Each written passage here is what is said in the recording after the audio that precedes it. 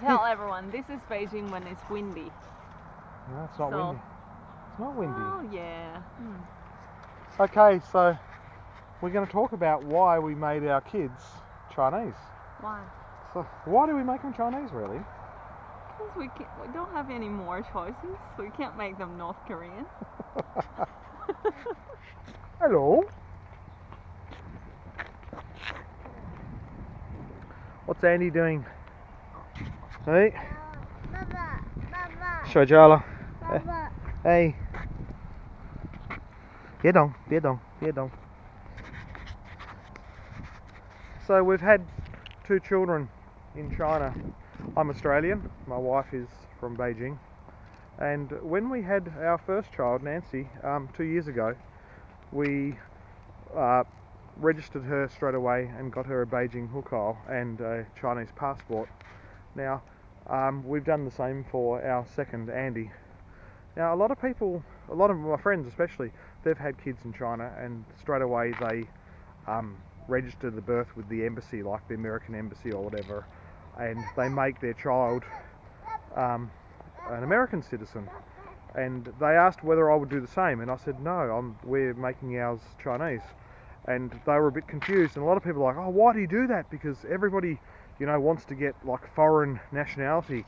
But I said to them, it doesn't make sense to me, because when you're born in China, you can get your Chinese citizenship, but as they grow up, if they ever change their mind and want to get the foreign citizenship, like Nancy or Andy, my kids, if they ever want to become Australians, they can become Australians at any time in their life. They can just go to an Australian embassy and then say, my father's Australian, and they can get Australian citizenship by default.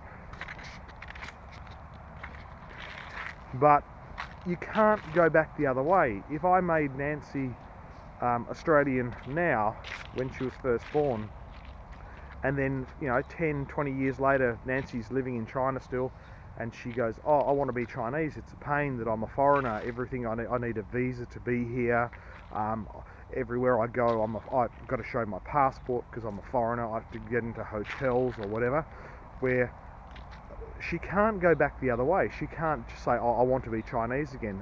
No, sorry, you're Australian, you're a foreigner. So to me, I think you only ever have the opportunity to be Chinese once. That's when they're born here. So I take that, and then we can always change our mind at a later date, but you can't go back.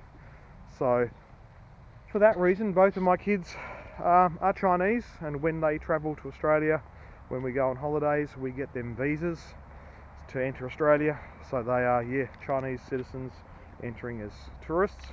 And then when they're 18 or something like that, then they can make their own decision if they want to become Australian citizens and hand in, because China doesn't allow dual nationality.